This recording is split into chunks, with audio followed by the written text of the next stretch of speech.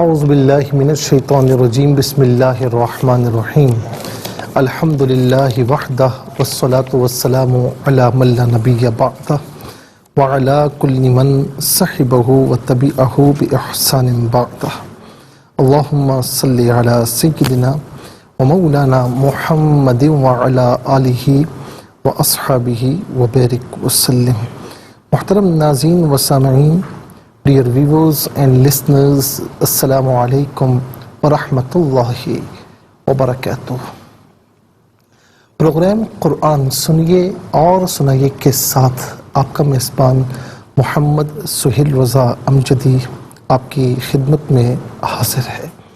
ناظرین و سامعین، آپ جانتے ہیں کہ ہم پروگرام کا آغاز قرآن و حدیث کی بات سے کیا کرتے ہیں۔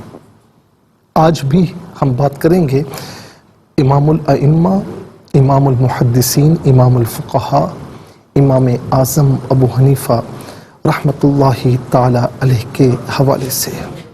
ناظرین و سامعین، کچھ لوگ یہ کہتے ہیں کہ آپ کو حدیث پر عبور نہیں تھا، اور جتنا میں کہتا ہوں، بلکہ میں نہیں کہتا، آپ علماء کی کتابیں اٹھا کر دیکھیں، ان کے دور کے جو علماء ہیں وہ آپ کے بارے میں کیا فرماتے ہیں۔ میں نے اس سے پہلے بھی عرض کیا تھا ناظرین کہ امام اعظم ابو حنیفہ رحمۃ اللہ تعالی علیہ کا وہ مقام اور وہ مرتبہ ہے کہ امام اعمش کہتے ہیں کہ ہم تو صرف عطار ہیں، یعنی دوائیں بیچنے والے ہیں، تم طبیب ہو، تم دواؤں کے بارے میں جانتے ہو۔ یہ ناظرین بڑا ایک رقیق اشارہ تھا، ایک باریک اشارہ تھا کہ ہم تو حدیثیں روایت کرتے ہیں، حدیثوں کو بیان کرتے ہیں، لیکن حدیث کی اسناد کے بارے میں، یہ حدیث صحیح ہے کیا نہیں، ان کے روات راویوں کے بارے میں وہ آپ جانتے ہیں، صحیح چھان پھٹک آپ کرتے ہیں۔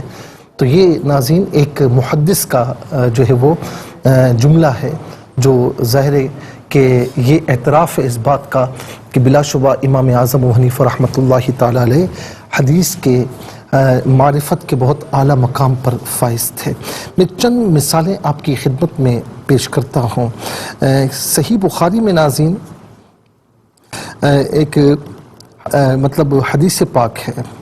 اب کہتے ہیں نا کہ حدیث کو چھوڑ کر قیاس کرتے ہیں۔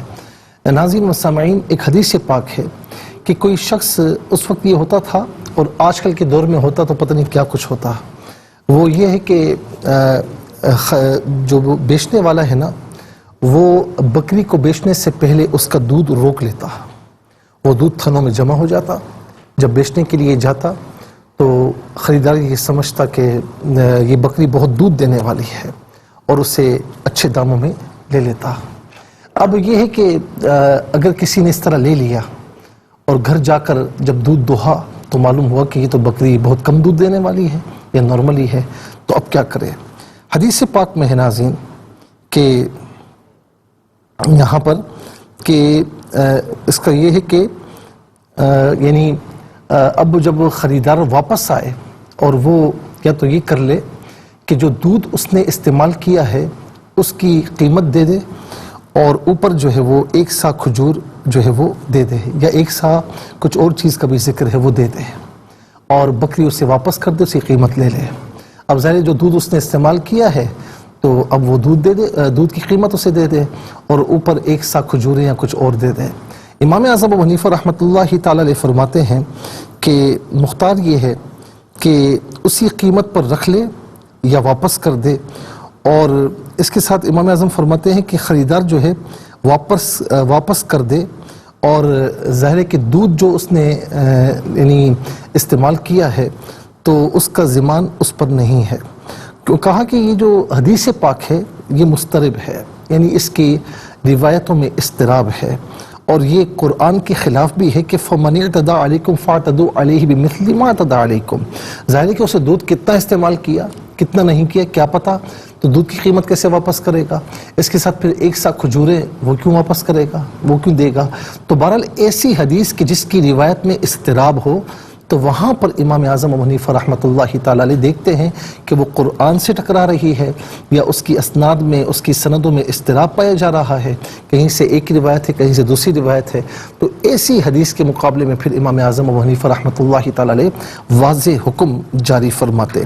اسی طریقے سے ناظرین جو ہے وہ غیلان ثقفی رضی اللہ تعالیٰ عنہ جب مسلمان ہوئے تو آپ کی 10 ازواج تھی۔ قرآن کریم میں حکم ہے کہ فَانْكِحُوا مَا طَابَ لَكُم مِّنَ النِّسَاءِ مَثْنَىٰ وَثُلَاثَ وَرُبَاعَ، کہ نکاح کرو جو تمہیں بھائیں دو دو، یعنی فَانْكِحُوا مَا طَابَ لَكُم مِّنَ النِّسَاءِ مَثْنَىٰ وَثُلَاثَ وَرُبَاعَ، 2 3 4 تک، 4 جو ہے وہ حد ہے۔ اب یہاں پر ہوا یہ کہ غیلان بن سلمہ ثقفی رضی اللہ تعالی عنہ حضور نبی کریم علیہ السلام کی بارگاہ میں آئے تو آقا علیہ السلام نے فرمایا کہ جن 4 کو تم اختیار کرنا چاہتے ہو کر لو، باقیوں کو طلاق دے دو۔ تو امام اعظم ابو حنیفہ رحمۃ اللہ تعالی علیہ نے فرمایا کہ یہ حضور نبی کریم صلی اللہ علیہ وسلم کی خصوصیت تھی کہ انہوں نے اپنے اختیار سے انہیں اختیار دیا کہ آپ 10 میں سے جو 4 منتخب ہیں وہ چن لو جو تم اختیار کرنا چاہتے ہو۔ امام اعظم ابو حنیفہ فرماتے ہیں کہ اب اس دور میں ایسا نہیں ہوگا، جو شروع میں 4 نکاح کیے وہ صحیح ہیں اور باقی سارے وہ فاسد ہو جائیں گے، وہ نہیں ہوں گے۔ اسی طریقے سے ناظرین ایک روایت میں ہے کہ مولا علی المرتضی رضی اللہ تعالیٰ عنہ سب سے پہلے ایمان لائے، کسی روایت میں ہے کہ سیدنا صدیق اکبر ایمان لائے، کسی روایت میں ہے کہ سیدتنا خدیجہ رضی اللہ تعالیٰ عنہ ایمان لائیں سب سے پہلے۔ اب روایات میں تطبیق آپ دیکھیں، یہ آپ کا خاصہ ہے، آپ نے کیا تطبیق ارشاد فرمائی کہ حکم بھی متاثر نہ ہو اور جاری بھی ہو جائے۔ فرمایا کہ لڑکوں میں بچوں میں سب سے پہلے مولا علی المرتضی رضی اللہ تعالیٰ عنہ ایمان لائے، اور خواتین میں سب سے پہلے سیدتنا خدیجہ رضی اللہ تعالی عنہ ایمان لائیں، اور مردوں میں سب سے پہلے سیدنا صدیق اکبر رضی اللہ تعالی عنہ ایمان لائیں۔ اور میں آخر میں ایک واقعہ آپ کی خدمت میں عرض کروں گا ناظرین، امام جعفر صادق رضی اللہ تعالی عنہ کے بارے میں ہے کہ ان کے پاس آ کر لوگوں نے ان سے کہا کہ یہ امام اعظم ابو حنیفہ اپنا قیاس کرتے ہیں۔ تو ایک مرتبہ حرم میں ملاقات ہوئی تو آپ نے فرمایا کہ تم وہی ہو جو ہمارے نانا کے دین میں قیاس چلاتے ہو، عقل کو دخل دیتے ہو؟ تو آپ نے سب سے پہلے بڑی عزت اور احترام دیا اور کہا کہ آپ کا مقام آپ کا ادب و احترام وہی ہے جو آپ کے نانا سید عالم صلی اللہ علیہ وسلم کا ہے۔ استادوں کی طرح بیٹھے، امام اعظم ابو حنیفہ شاگردوں کی طرح آپ نے جو ہے وہ زانو تلمذ اختیار فرمایا۔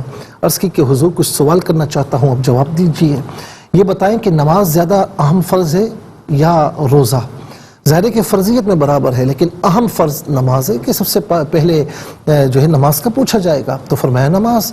تو کہا کہ عورت جب مینسز ہوتے ہیں یا ایام مخصوصہ ہوتے ہیں، نماز چھوڑتی ہے، وہ دوبارہ نماز نہیں پڑھتی، یعنی اس نماز کو قضا کرنے کا حکم نہیں ہے، نماز چھوڑ دی وہ ہو گئی، ٹھیک ہے، لیکن روزہ اگر ان ایام میں چھوڑے گی تو بعد میں جو ہے وہ قضا کرے گی۔ اگر میں عقل کو دخل دیتا تو نماز تو اہم فرض ہے، تو میں نماز جتنی قضا ہوئی میں ان کو ادا کرنے کا حکم دیتا اور روزوں کا چھوڑ دیتا۔ پھر فرمایا کہ یہ بتائیں کہ اب دیکھیں ناظرین امام اعظم ابو حنیفہ رحمۃ اللہ تعالی علیہ کی فراست، فرمایا یہ بتائیں کہ مرد زیادہ طاقتور ہے یا عورت؟ فرمایا مرد۔ تو فرمایا کہ للذکر مثل حظ الانثیین، قرآن حکم دیتا ہے کہ مردوں کے لیے وراثت میں عورتوں سے دگنا حصہ ہے۔ اگر میں عقل کو دخل دیتا تو میں حکم دیتا کہ عورتوں کو ڈبل حصہ دیا جائے، کہ کمزور کو ڈبل دیا جائے اور مردوں کو جو ہے وہ آدھا دیا جائے۔ پھر فرمایا یہ بتائیں کہ منی جو ہے وہ زیادہ ناپاک ہے یا پیشاب؟ تو فرمایا پیشاب۔ تو فرمایا کہ اگر میں عقل کو دخل دیتا تو پیشاب کرنے والے کو حکم دیتا کہ وہ غسل کرے، اور جس سے جو ہے مادہ منویہ خارج ہوا میں اس کو حکم دیتا کہ وہ وضو کر لے، لیکن میں نے ایسا نہیں کیا۔ ناظرین امام جعفر صادق رضی اللہ تعالیٰ عنہ اٹھے اور آپ کے ماتھے کو بوسہ دیا، فرمایا کہ یقیناً تم ہی میرے نانا کے دین کے وارث ہو۔ ناظرین انشاءاللہ پھر کبھی موقع ملا تو آپ کی خدمت میں مزید عرض کریں گے۔ ناظرین اگر آپ ایسی ہی مزید ویڈیوز دیکھنا چاہتے ہیں تو ہمارا ARYQ-TV کا چینل سبسکرائب کیجئے اور بیل آئیکن کا بٹن دبانا نہ بھولیے تاکہ آپ سے کوئی پسندیدہ پروگرام مس نہ ہو جائے۔